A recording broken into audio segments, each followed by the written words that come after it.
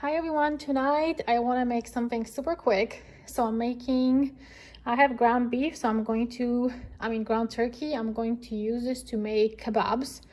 And I love these because it's just something different instead of the burgers or, spaghetti or something that I usually cook with ground meat. So this is almost 1.5 pounds of ground turkey. I have about half an onion. Look at my nails, my daughter painted them today. Glorious, right? So the reason I'm telling you so you don't think, oh my god, what happened to her nails. My 4-year-old painted it. Half an onion, which I'm going to use this machine to chop, but if you don't have that, just cut it on the cutting board.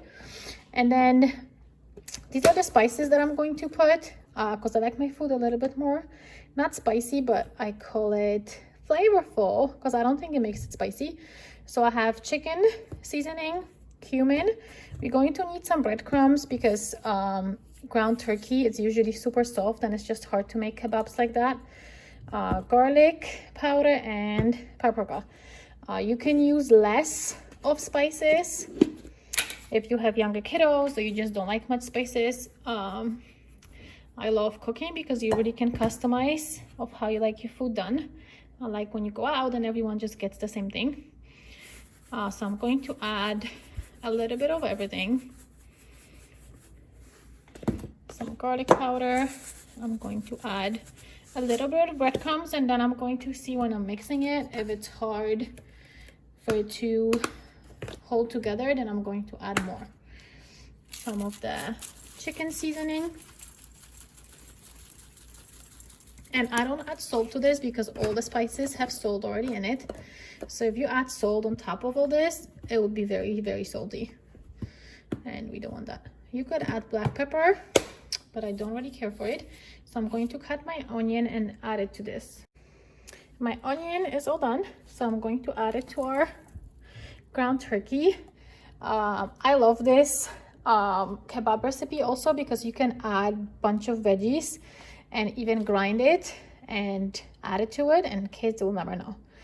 Today I'm not doing that because I'm making veggies on the side for us for dinner. I'm making broccoli with carrots, and we're going to have this with mashed potatoes on the side. But usually I would add bell peppers and mushrooms, grind them into like very small slices as you see the onions are, very, very little. And I usually add it too. So now we're going to mix it together using our hands and try to make the kebabs and see if we need to add more breadcrumbs. Okay, so I rolled up my sleeves and I'm going to give this a good mix. So when you're mixing this, try not to squeeze. You see how I'm not squeezing the meat, I'm just kind of mixing it. When you squeeze the meat, you don't want the juices to run out. You want to keep it moist. It makes the kebab taste better. So I'm just trying to mix it without actually squashing it. So I'm not doing this motion, I'm just moving it around till the onions and all the spices are kind of evenly mixed. And I'm just going to try to make one.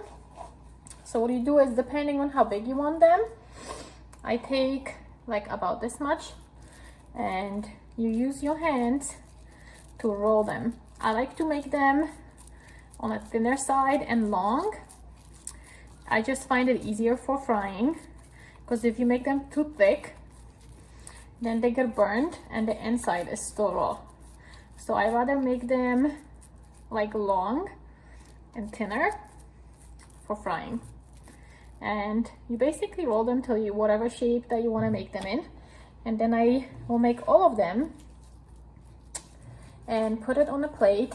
And then when they're all made, then see, this is super easy. You see how it's not sticking and not falling apart? So I don't need to add the breadcrumbs to it or anything else. It's perfect just the way it is. And if you can see also how I'm making them, that the color of the meat is not dark. So really all the spices that I put in add it in. You see how like they all spread out? So this gives the meat really good flavor, but it's not spicy. I know some people, like when my mom was here, she's not used to cooking with spices. When she saw me, she was like, oh my goodness, it's so many spices. And I was like, you'll see when it's ready that it's not spicy. And then she tried it and she loved it. So I'm going to probably make 2 more, I'm guessing, because I'm making them big and long. So that way it will be all done. So my kebabs are all ready to go on a fry pan, which I'm preheating here with the oil. But while that's preheating, I just want to tell you different things that you could do to this. So like I said, we're eating it today with veggies and mashed potatoes on the side. But this is so good. You can put this in pita bread. You can put this in tortillas, in wraps. Just add some veggies to it, some hot sauce. I like it spicy, so I like hot sauce. Wrap it up. Your lunch is ready to go. Take it to work. Sometimes I make the kebabs, cut them in smaller pieces, add it to like fried potatoes and veggies. There's many different possibilities with this, which is why I love this. So I'm going to add them on our fry pan.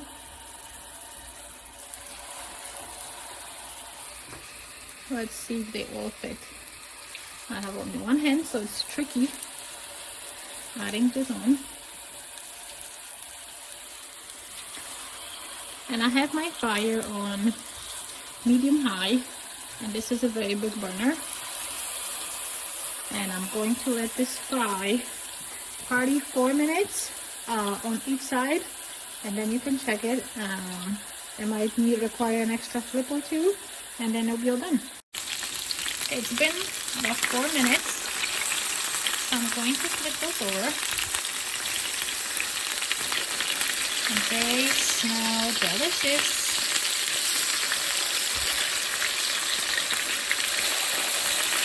So because of the shape, sometimes you see how those are like almost on a side and they're not totally flipped over.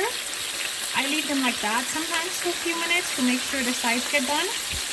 And then I'll flip them over on the other side to just make sure that they cook throughout. So I'm going to leave it, since I flipped all of them over now, again another 3 to 4 minutes on each side. Okay, this is all done. I'm going to take it out.